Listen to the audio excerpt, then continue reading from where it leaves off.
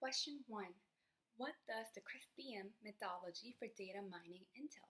What does the data analyst do in each step? Hi there. Today I'd like to talk about the CRISP-DM methodology, which stands for Cross-Industry Standard Process for Data Mining. This is a popular approach to data mining projects, ensuring that we achieve consistent and reliable results. So CRISP-DM breaks down into 6 phases. 1. Business understanding. First up is all about getting a clear picture of the business goals. We need to understand what the company wants to achieve and how data mining can support those objectives. These steps involve defining projects, scopes, and identifying the key success criteria. 2. Data understanding. Next, we dive into the data itself. This means gathering initial data, exploring structure, and identifying any quality issues. We perform some preliminary analysis to understand the data better and start documenting everything we find. 3. Data preparation. This phase is critical as it involves cleaning and transforming the raw data into a usable format. We handle missing values, remove duplicates, and standardize format. It's all about making sure the data is ready for analysis. 4. Modeling. Now here comes the exciting part. Here we select and apply various modeling techniques to the prepared data. We build and train models, fine-tuning parameters to create something that accurately captures pattern in the data. 5. Once we have our model, we need to evaluate its performance. This step involves assessing whether the model meets the business objective defined at the beginning. We validate its accuracy and make its adjustment if necessary. 6. Deployment. Finally, we deploy the model in a live environment. This involves interrogating it with existing systems and continuously monitoring its performance. We also generate reports to keep stakeholders informed about the model's effectiveness. Follow these structured steps helps ensure our data mining projects are thorough, reliable, and aligned with business goals. Question 2.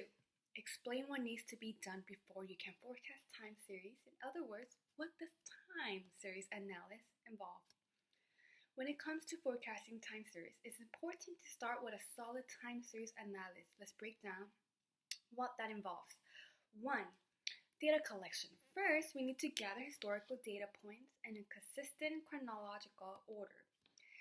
This data forms the foundation for our analysis and future forecast. 2. Visualization. Next, we plot the data to visualize trends, patterns, and any other anomalies.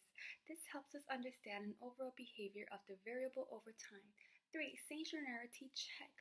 We check if the time series is stationary, meaning its statistical properties like mean and variance remain constant over time. If the data is not stationary, we need to transform it using techniques like differencing or log transformation. 1. Privacy. Individuals should have control over their personal data. Companies must ensure they collect, store, and process data in a way that respects privacy rights. This means obtaining explicit consent and protecting personal information from unauthorized access. 2. Transparency. Organizations should be transparent about their data practices. This includes clearly communicating how they collect, use, and share data with users and stakeholders. Being open about data processing methods builds trust and accountability. 3. Accountability. Companies are responsible for the data they handle. They must ensure data accuracy, integrity, and security. This involves having a mechanism to address data breaches and being accountable for any misuse of data. 4. Equality. Data practice should not discriminate against individuals or groups. Companies need to be aware or ameliorate biases in data collection and analysis to ensure fair treatment. To uphold these principles, organizations can implement strong data governance policies outlining ethical guidelines and compliance standards. Conduct regular audits to ensure data practices adhere to ethical standards and legal requirements. Provide training for employees on data ethics and responsible data handling. Foster a culture of transparency by openly communicating data practices and involving stakeholders in decision-making process. Regularly review and update data practices to reflect changes in technology, regulation, and society expectation. By prioritizing these principles, companies can build trust and ensure responsible use of data. Question 4. Imagine you're an analyst at a financial service company and you have some concerns about bias in the way a predictive model was measured. How would you raise your concerns with your manager? Make some suggestions of how to avoid measurement bias in the future. If I were an analyst at a financial service company and had concerns about bias in a predictive model, here's how I will address it. 1. Document your findings. I'll start by documenting a specific example of the bias I've observed. This includes patterns suggesting measurement bias supported by data and analysis. 2. Schedule a meeting. I request a meeting with my manager to discuss my findings. Choosing a focused time ensures a productive conversation. 3. Present the evidence. During the meeting, I present the documented evidence clearly and concisely. I explain how the bias was identified, its potential impact on the model accuracy, and the implication for business decisions. 4. Suggest solution. I'll propose specific suggestions to address and mitigate the bias. These could include 1. Improving data collection, ensuring diverse and representative samples to avoid sample bias. 2. Regular audits.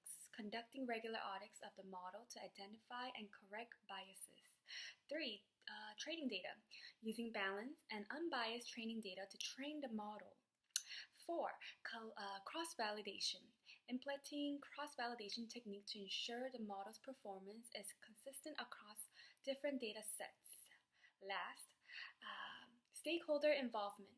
Involving a diverse group of stakeholders in the model development process to provide different perspective and identity potential biases. Last, sorry about that, follow-up.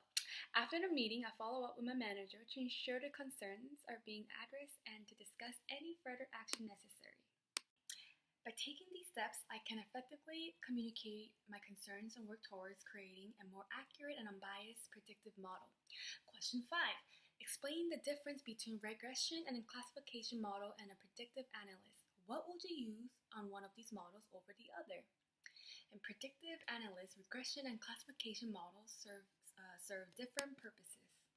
1. Regression models. Regression models predict a continuous numerical value based on one or more input variables.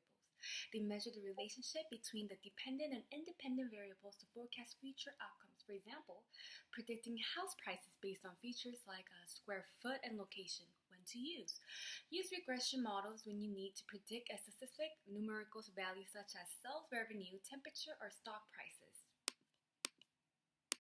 2. Classification models. Classification models predict categorical outcomes. They classify data into predefined categories based on input variables. For example, determining whether an email is spam or not, or predicting if a customer will chum.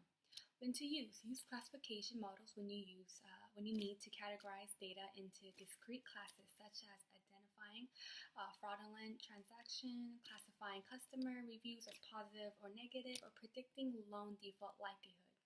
In summary, choose regression when predicting a continuous value and opt for classification when categorizing data into a specific group. Understanding the nature of your prediction task helps in selecting the appropriate model.